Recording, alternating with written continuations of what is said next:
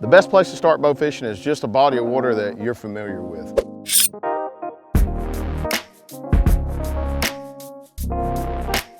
Especially if you're going out at night.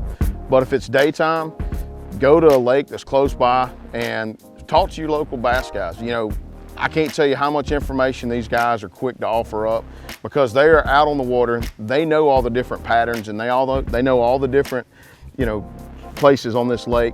So if you pull up to the boat ramp and you walk down there and talk to these guys when they're loading and unloading their boat, a lot of times they'll give you that information because they see these carp spawning or they see these gar rolling, and they don't care if you go out there. You're actually helping them by helping shoot these fish. So go out and ask those guys, and a lot of times they'll give you great information and point you in the right place. But as far as the best water, it's just any water that you can find that you can figure the fish out in. You know, all water in the United States has some type of rough fish in it that you can bow fish. Just get out, look for them, and ask around. Don't be afraid to ask somebody for some information. They'll usually drop a dime on it.